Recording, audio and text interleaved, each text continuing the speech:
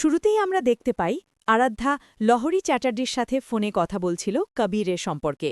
আরাধ্যা লাহোরীকে জানায় কবির জেল থেকে ফিরলে সে যেন কবিরকে ঠিক করার জন্য চ্যাটার্জি বাড়িতে আসে, কারণ লহরী হচ্ছে একজন প্রিন্সিপাল ম্যাম, সে চাইলে কবিরকে সুশিক্ষা দিতে পারবে। এই কথাগুলো শোনার পর লহরী সরাসরি বলে কবির কিছুতেই ঠিক হবে না, কারণ সে কর্ণ চ্যাটার্জির ছেলে, সে লাহোরী চ্যাটার্জির ছেলে হতে পারেনি। এই কথা শুনে আরাধ্যা বলে সে পারবে। লহরী যেন ফিরে আসে চ্যাটার্জি বাড়িতে। লাহোরী তখন বলে আমি ও বাড়িতে তোমার জন্যই যাব, তোমার পাশে থাকব। আরাধ্যার মুখে তখন খুশির ঝিলিক, ফোন রেখে সে ধন্যবাদ জানায়। ওই মুহূর্তেই আমরা অনুভব করি কোনো একটা বড় পরিবর্তন আসছে। এর পরের অংশে আয়ুষী এবং তার মা আরাধ্যাকে নিয়ে কবিরের কাছে যাবার প্রস্তুতি নিচ্ছিল। তখন আরাধ্যার মা জিৎ মুখার্জিকে জিজ্ঞেস করে তিনি যাবেন কিনা। জিৎ মুখার্জি বলে তিনি কিছুতেই যাবেন না, সে নিজের চোখে নিজের মেয়ের সর্বনাশ দেখতে পারবেন না। এরপর প্রাচী আরাধ্যাকে বলে তোর বাবা তোর সাথে যাবে না, কিন্তু তোর বাবা তার নাতি নাতনিদের জন্য বাজি কিনেছে। আরাধ্যা অবাক হয়ে তার বাবাকে জিজ্ঞেস করে এটা কি সত্যি। জিৎ মুখার্জি সরাসরি বলে হ্যাঁ এটা সত্যি, আর এই বয়সে তো এইসবই করা উচিত। আরাধ্যা তার বাবাকে ধন্যবাদ জানিয়ে চলে যায়। এটুকুই নয়, এরপর নন্দিনী জিৎ মুখার্জিকে জানায় তার খুব চিন্তা সত্যজিৎ মুখার্জি এবং জিৎ মুখার্জিকে নিয়ে, কারণ এনজিওর সেই কেস নিয়ে অনেক লেখালেখি হচ্ছে। এর ফলে জিৎ মুখার্জি এবং সত্যজিৎ মুখার্জি ফেসে যেতে পারে।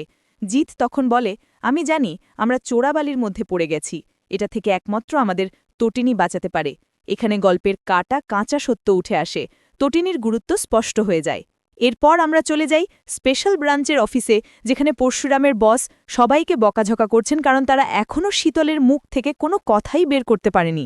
বস শিবপ্রসাদকে বলে তোমাদের থেকে ওই মেয়েটা অনেক বেশি চালাক, সে তোমাকে এবং তটিনীকে মেরে এই দেশ থেকে পালিয়ে যাবে। তার নামে অনেকগুলো পাসপোর্ট পাওয়া গেছে, তোমরা কিছুই করতে পারবে না। শুনে শিবপ্রসাদ আশ্বস্ত করে তাদের পরিকল্পনা কাজে দেবে এবং শীতলকে মুখ খুলিয়ে আনবে। কিন্তু বস তার কথাটা না শুনে সৌরভকে অর্ডার করে তটিনীকে ধরে নিয়ে আসতে এবং জিজ্ঞাসাবাদ করতে বলে। এই কমান্ড শিবপ্রসাদকে সজাগ করে তোলে। সে বলার চেষ্টা করে অন্তত বিয়ের দিন পর্যন্ত অপেক্ষা করার, আর যদি বিয়ের দিন শীতল মুখ না খোলে তবে সে চাকরি ছেড়ে দেবে। বস অবাক হয়ে প্রশ্ন করে তুমি এইসব কি বলছো, তুমি কি জানো সেটা? শিবপ্রসাদ বলে হ্যাঁ আমি জানি, কিন্তু এটা ছাড়া আর উপায় নেই। এরপর বলরাম এবং মায়া অনুপ্রেরণা দিয়ে বসকে অনুরোধ করে কেবল বিয়ের দিন পর্যন্ত অপেক্ষা করতে। ফলস্বরূপ বস রাজি হয়ে যায়। বস চলে যাবার পর সৌরভ শিবপ্রসাদকে বলে তুই কিছুতেই পারবি না শীতলকে মুখ খোলাতে, এর থেকে ভালো আমি তটিনীকে এখানে নিয়ে আসি। এটা শুনে শিবপ্রসাদ রেগে গিয়ে সৌরভের কলার ধরলে পরিস্থিতি আরও উত্তপ্ত হয়। শিবপ্রসাদ বলে আমার পরিবারের দিকে কেউ হাত বাড়াতে পারবে না, না তো লাড্ডু পিকুর ওপরে আর না তো তটিনীর দিকে। এরপর সৌরভ চলে গেলে শিবপ্রসাদের কাছে শীতলের ফোন আসে। শীতল বলে তার বিয়ের সব আয়োজন শেষ, সে তো এটাই চেয়েছিল, সে শিবপ্রসাদের বউ হবে। শিবপ্রসাদ তখন জিজ্ঞেস করে তোমার কটা পাসপোর্ট করা রয়েছে? প্রশ্নটা শুনে শীতল ঘাবড়ে যায় এবং জিজ্ঞেস করে কেন পাসপোর্টের কথা জিজ্ঞেস করছেন? শিবপ্রসাদ পরোক্ষভাবে বলে বিয়ে যেন কোনো কাকপক্ষী না জানে। ফোন কেটে শিবপ্রসাদ বলরামকে নির্দেশ দেয় প্রতিটি এয়ারপোর্টে খোঁজ নিতে শীতল নামে কতগুলো টিকিট কনফার্ম করা হয়েছে বিয়ের দিন। থ্রিলারটা আরও গা ছমছমে হয়ে উঠছে। এরপর আমরা পাল্টা মনোরম পরিবারের কটাক্ষ ভরা সেকশনে যাই। লাড্ডুক আর পিকু হিন্দি নাচ ও গান করছে। ঠিক তখন তটিনী এসে তাদের বকাঝকা করে তোরা বাংলা গান কেন করিস না, তোরা কি পারিস না? বাচ্চারা সরাসরি বলে আমরা বাংলা গান কি করে পারি। সবখানে তখন হিন্দি গান চলছে। তটিনী তখন বলে ঠিক আছে, আমি তোদেরকে বাংলা গান শেখাবো। পরের মুহূর্তে বাচ্চারা জোর করে গান গাওয়া শুরু করে আর তটিনী বাধ্য হয়ে গান শোনায়।